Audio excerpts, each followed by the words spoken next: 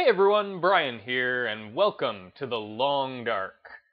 Now, this is a game that's been on my list to play for my YouTube channel since I first started my YouTube channel, and I've faced some technical limitations in getting it to both play and record on my computer at the same time. I hope that I've worked all of those out, but, it's possible that there will still be some, frame rate issues and things like that. But I really hope that I've worked out as much as I can. The game is still in alpha. It was supposed to be released last year, that is in 2016, but they delayed it because the story mode wasn't ready, so we won't be playing any story mode or anything like that. There are some challenges available, which I will be playing for my channel eventually, but for now we're actually just going to jump right into the sandbox, and I'm going to start a new sandbox so that everyone can get the, full experience of the game. I normally play it on Stalker mode, which is basically the hard difficulty. It has, challenging sort of survival aspects. There is a new difficulty, Interloper, which is apparently really hard even for experienced players of the game. But I plan to play that for my channel eventually. But for now, I'm actually going to jump on to Voyageur mode because I actually had a recommendation for how to start this series, which is I'm going to play on an easier difficulty mode and attempt to survive for one in-game year. So 365 days of pure survival. For anyone who's not really familiar with this game, it is a wilderness survival game with a focus on the survival aspect. So I recently told someone, there's no zombies, there's no mutants, there's no killer fish. It is literally just you against the elements. Survival at its most basic. I'm going to jump in on a random map because I have played quite a bit of this game and I know most of these maps fairly well. Mystery Lake I know almost perfectly. Pleasant Valley I know almost perfectly. Timberwolf Mountain I'm okay, but not perfect. The only map that I really don't know is the Forlorn Muskeg, which is, a brand new map, very recent update. But I'll play on a random map and it'll just kind of drop me in wherever it wants to. Choosing your survivor doesn't really have a lot of impact in the sandbox mode. I assume that this is going to be mostly for story mode where you choose, either the male character or the female character. I typically choose the female character, but the only real difference right now is their voice. Is either male or female when they comment on their condition. Number of feats are available if you complete certain challenges within the sandbox or challenge modes. The only one that I've unlocked right now is Free Runner. Sprinting for 50 kilometers unlocks that, which causes sprinting to burn 25 fewer calories. So I'm going to activate that, and that'll give us a little bit of an advantage. Going to jump right into the game here. So, the basic backstory, a mysterious geomagnetic storm has brought your plane crashing down into the northern Canadian wilderness. And right there, that hooks me because I love wilderness survival and I'm Canadian. So, that really, it hooks me into this game. And it is a very, there's a lot of aspects of this game that are just, they are very Canadian. And, if I notice anything specific, I'll mention it as I go. But, so we're going to be working on a 1-year survival challenge. We're on an easier difficulty mode, so hopefully that won't be too hard. But, right away you get dropped into the map here, and it is immediately immersive. Like, there's no heads-up display to speak of.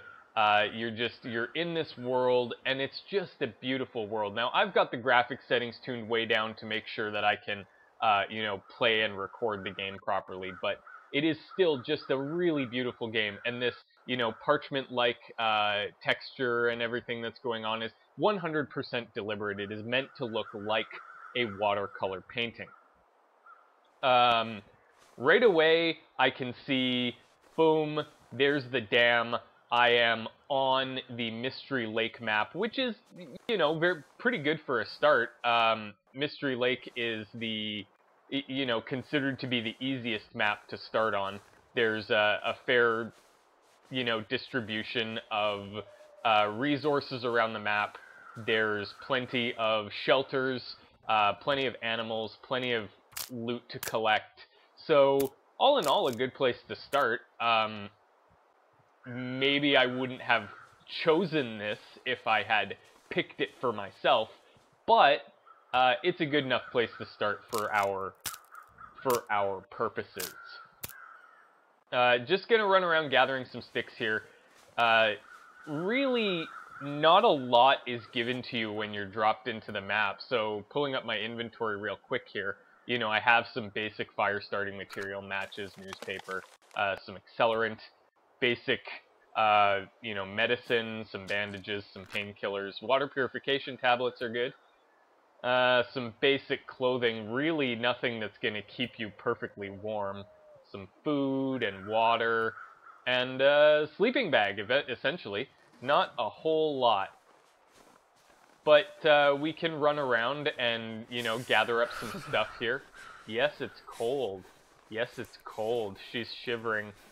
But you can pull up a heads-up display. I was doing that, you know, just briefly. But it shows you your basic needs, how warm you are, how well-rested you are, how thirsty and hungry you are, as well as what the temperature currently feels like. -7 degrees Celsius is pretty cold. This will come in handy.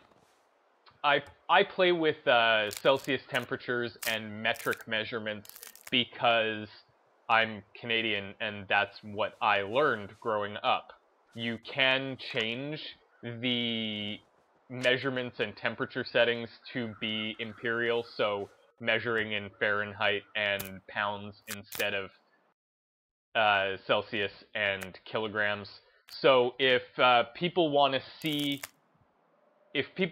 me play it with imperial measurements, please let me know in the comments below, and I'll make the change and just, you know, kind of struggle with that myself because I don't know the conversions, and you know, I could do it if that's what people want to see. So just let me know in the comments and I'll make that change. For now, I was just, you know, running around, gathering up some sticks so that we can make a fire. I'm gonna go into the dam here because I want to get out of the cold. She's shivering and cold, and I don't want her to freeze. Sometimes there's some trouble here with pathing because yeah, there we go. I got stuck on the lip for a second. But we'll jump in, we'll go into the dam here, and we'll see what kind of loot we can find. The loot is randomly generated each time you start the game, and, well, not each time you start the game. Each time you start a new game and load a new map and things like that. So, you know, it really does depend on what you find. So nice, we've got over here, we got a jerry can with some lamp oil and a lamp, so we'll be able to have some light. I'm gonna actually fill that lamp because it's very, very empty. There we go, filling up my lamp. I got a nice fuel supply. Like, you can look here, like that jerry can was almost full when I found it, which is cool. But so yeah, the loot randomly generates, and it's always different. So you're never really gonna find exactly the same things in exactly the same places. But you know, there are things. Oh, I don't have a pry bar, so I can't get into these lockers if they're locked. Looks like this has been here a while. You don't always find the same loot in the same places, but you can, you know, generally expect to find certain things in certain types of containers. So lockers can contain just about anything. And there are certain things that you expect to find at certain times. So the dam is a pretty good source for loot, and we're gonna loot it. We're gonna gather up as much stuff as we can. Hey, look, there's a pry bar. I can go open those locked lockers. That's pretty sweet. That's great. Some more water purification tablets. Some simple tools, that's good for repairing stuff. What do we got? A sports vest. Ragged. Trail boots. Okay. So I've picked up some clothing now, so I'll pop open the clothing menu and we'll take a look. So really don't have a lot of clothing right now. In a lot of cases you can layer your clothing. So in here I've got a windbreaker and I've got my sports vest. The sports vest can only be worn on the inner layer, whereas the windbreaker could be worn on either. So we'll put the sports vest and the windbreaker on. And these trail boots are better than the running shoes that I'm wearing now, so we'll put those on as well. Later on, we can harvest any extra clothing in order to get cloth and leather as crafting material, so that's a good plan. And then we're just gonna keep raiding all the containers and find everything that we can out of this.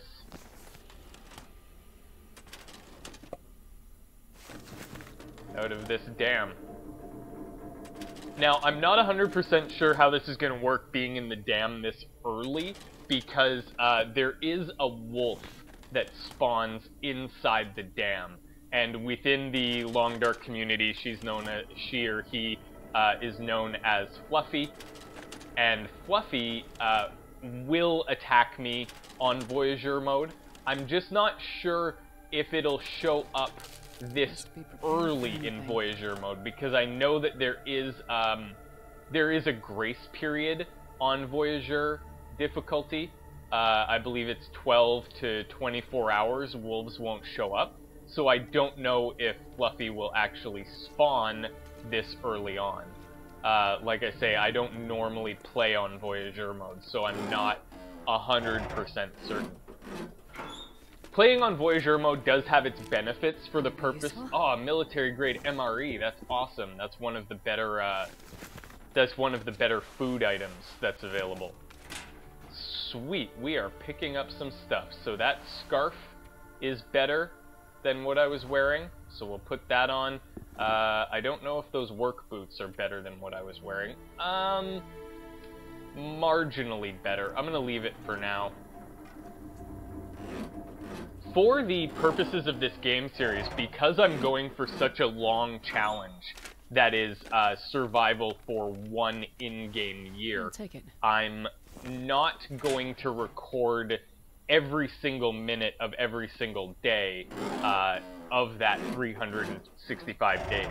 What I'm going to do probably is, you know, edit out any farming that I have to do. So if I have to go out and, you know, gather firewood or gather, you know, medical supplies or gather some food up, I probably won't show that stuff because it just doesn't feel that interesting as far as a YouTube video goes.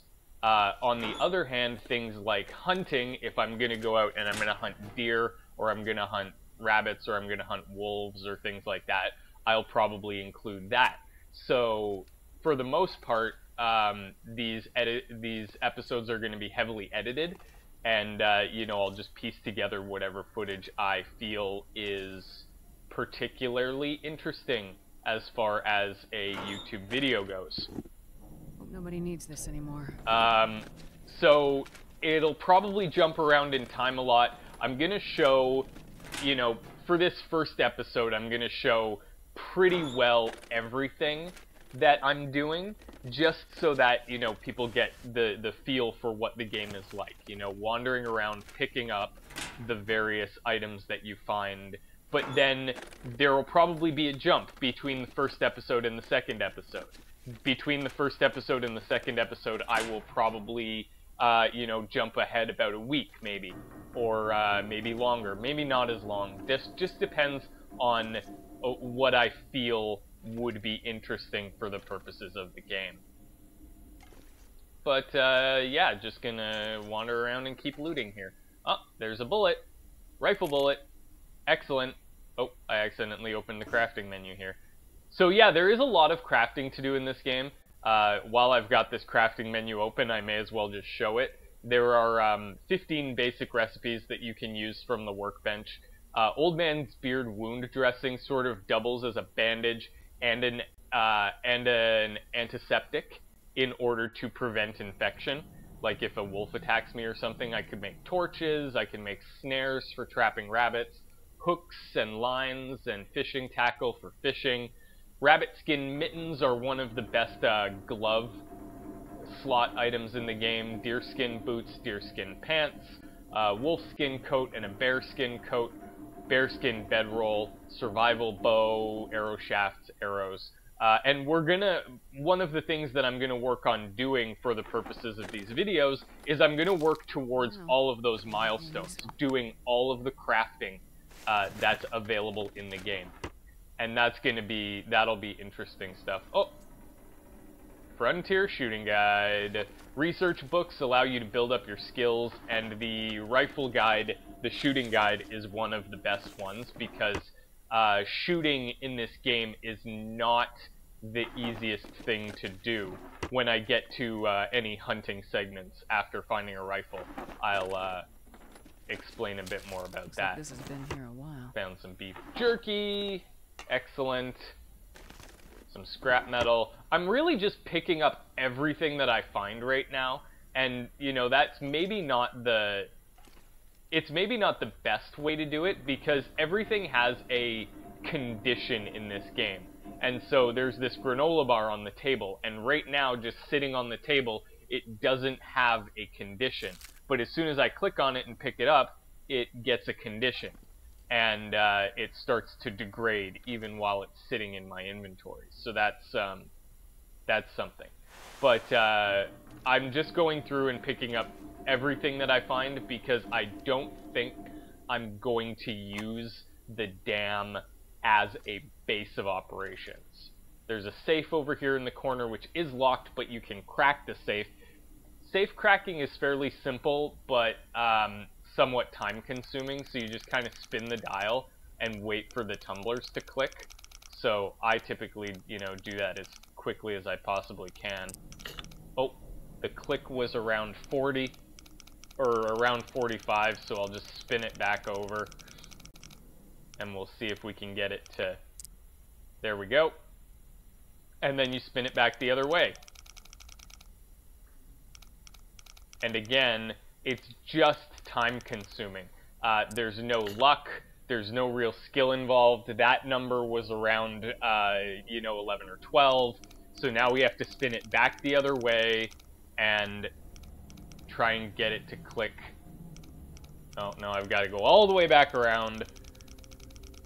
There's no real luck or skill involved in getting the safe to crack. It's 100% just a matter of taking the time to go through every, you know, possible combination. And safes hold the best, like the best loot in the game can be found inside safes. But like everything else in the game, it is 100% random generation. So I have no idea what is going to be great. So at least I know what all the numbers are now. Yeah, so I have 100% no idea what is going to be in this safe until I open it.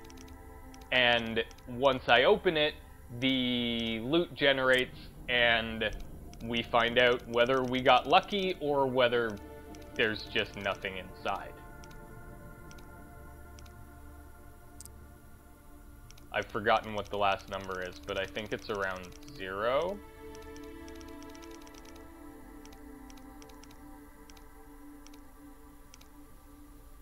Yeah, let's see. There it is.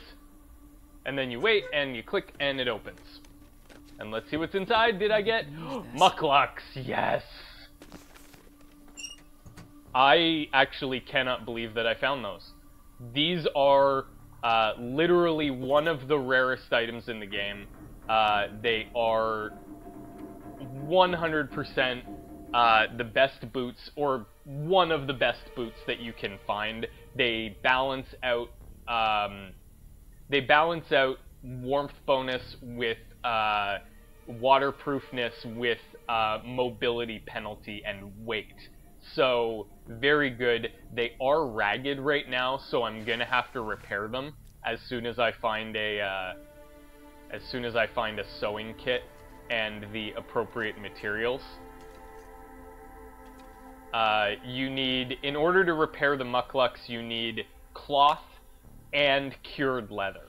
So, once I find a sewing kit and the appropriate material, I will repair the mucklucks, and they will be very beneficial to me in surviving this frigid wasteland. But yeah, I mean, we're really just raiding this dam for any supplies. Like I say, oh, there's a sewing kit. Beautiful. Like I say, I don't think I'm gonna use the dam as a permanent base of operations. I might spend a day or two here, but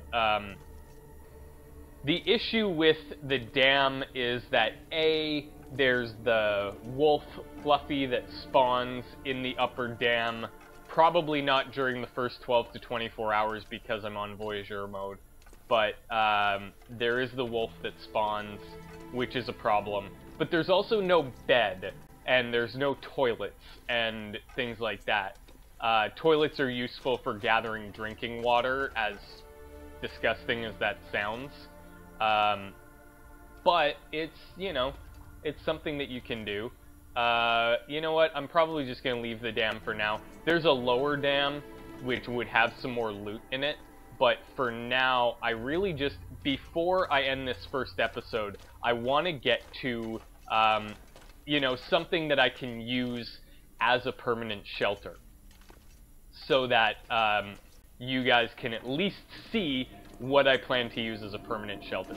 So for the time being, probably where I'm going to go is I'm going to head down to the camp office. The camp office on the Mystery Lake map is one of the best beginner shelters because it's got basically everything that you need. There's a bed, there are 2 fireplaces, in fact, there's some decent loot, there's a couple of containers for storing your stuff in,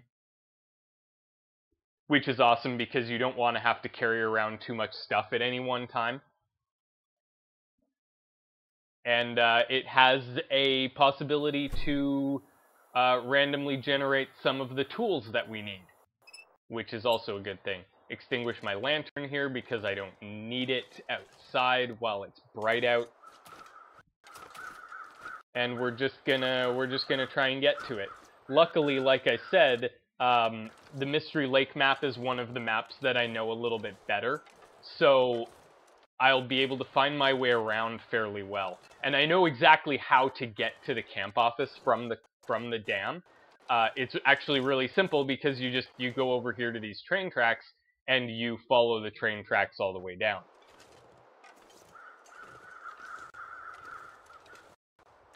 Crows are good.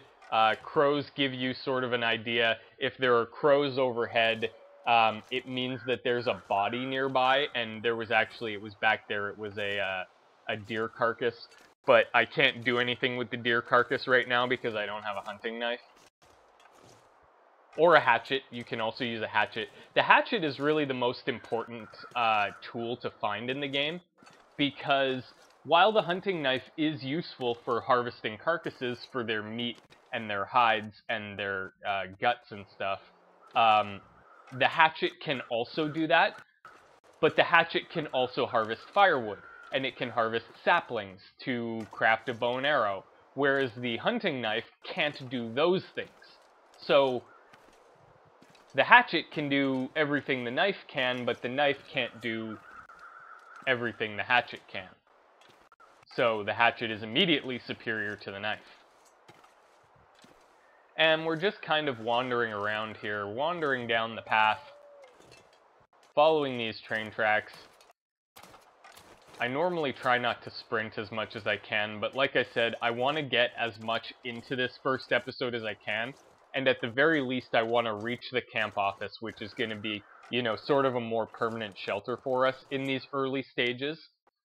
In future episodes, like I've said, I will be cutting out a lot of, you know, farming and traveling around between locations, because it just doesn't, as beautiful as this game is, and as cool as, you know, the atmospheric effects, like right now you can see it's really foggy, and there's all kinds of background sounds going on that make it a very cool, atmospheric game. It doesn't necessarily make for a good viewing experience on YouTube. And yeah, there you can see the crows I was talking about, and they're marking the location of this deer carcass that's coming up right away. But I can't, like I said, I can't really do anything with the deer carcass yet because I don't have a tool in order to do that. So that sucks. The other important thing about crows is that they drop feathers. So anytime you find a carcass like that, either a deer carcass or a human corpse, you can find the crow's feathers around. And the feathers are important for crafting arrows.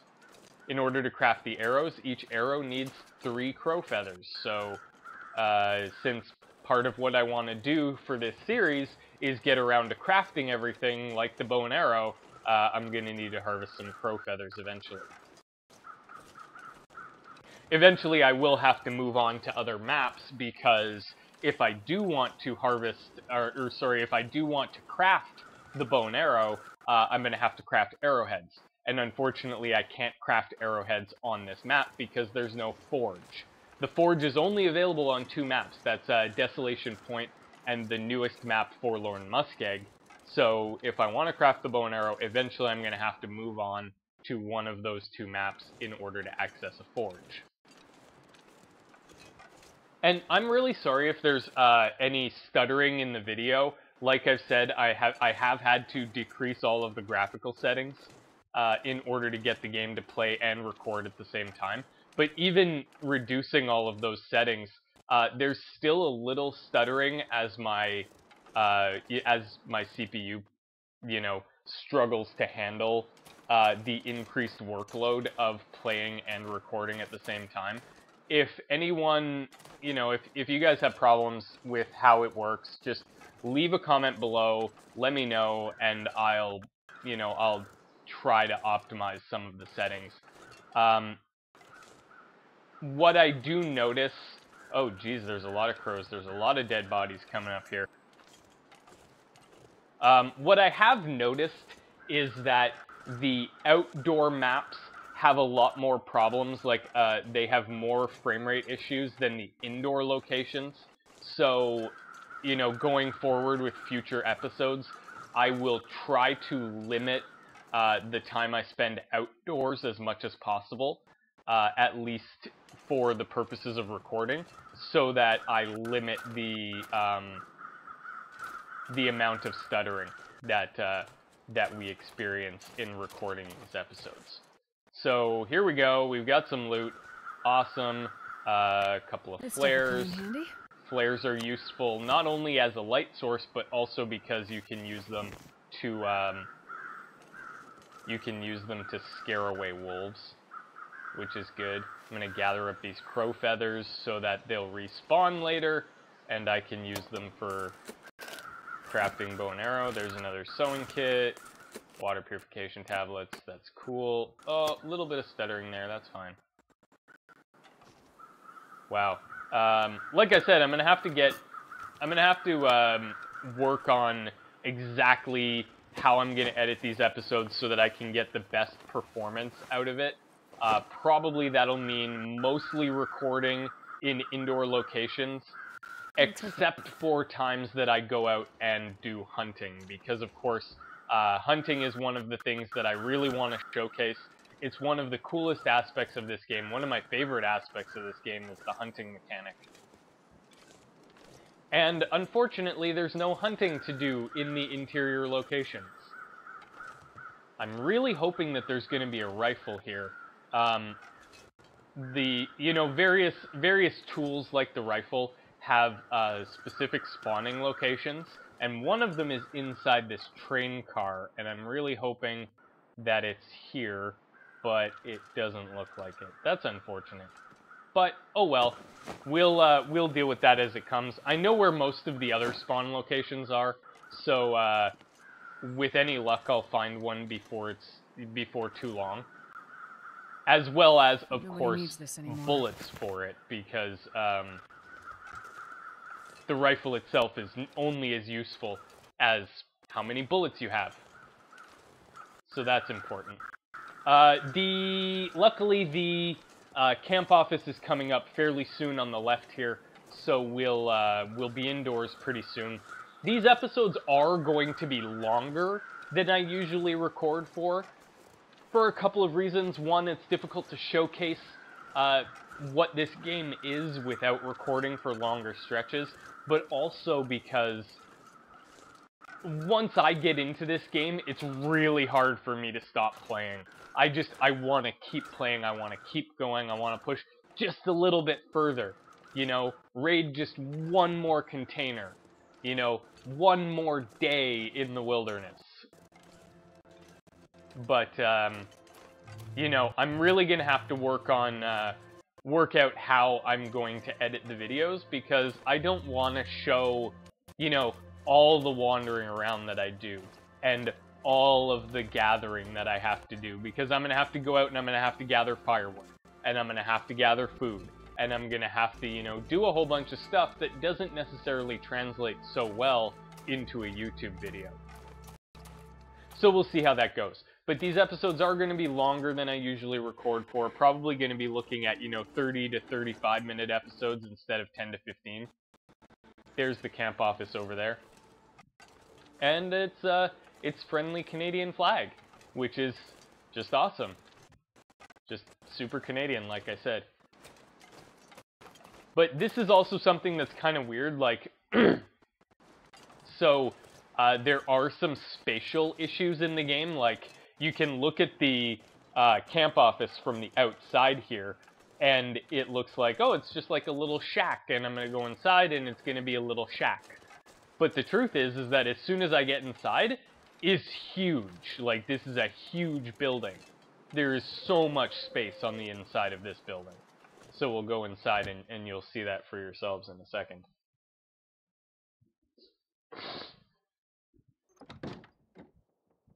But yeah, here we are. This is the camp office.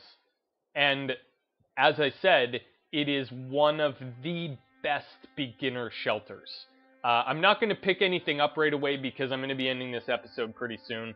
And I've already shown, you know, a lot of the whole picking up and gathering and all that. But I'll give you a quick tour of our new camp office shelter. There's a stove here. There's a lot of open floor space, which is good because later on you need open floor space in order to cure animal hides before you can use them in crafting. There's an upstairs here, and upstairs has got a couple of containers. There's a dresser there where we can hopefully find some better clothing. There's a bunch of beds which we can use. Beds are good because you have to use beds or bedrolls in order to rest, but they also give a warmth bonus when you're sleeping. So they replenish your warmth need more quickly. It's starting to get a little hungry and thirsty, so probably when I stop recording and I get off camera, I'm going to work first on taking care of my needs, gathering some firewood up, hopefully finding some of the tools that I need in order to improve our survival experience. But when we come back in the next episode, I'm not exactly sure when we're going to jump to. Please expect a jump. I'm not going to come back and it's going to be the same minute of the same day as when we left off. It might be a day in the future, it might be a week in the future. But in order to really get through the, 365-day survival challenge without this episode, or without this series actually taking 365 episodes, I'm not going to be showcasing every minute of every day, because I've already been recording for more than half an hour, and it's still the first day of our survival challenge. So please expect a jump between this episode and the next. For now, though, I really do want to thank everyone for watching. Please remember to subscribe to my channel if you haven't already, and check out some of the other videos that I've released. Yeah, The Long Dark. One of my favorite games right now. Definitely one that I'm going to record more of. Really excited to be recording it now. But for the time being, I'm going to end this episode, and we'll see you all again next time.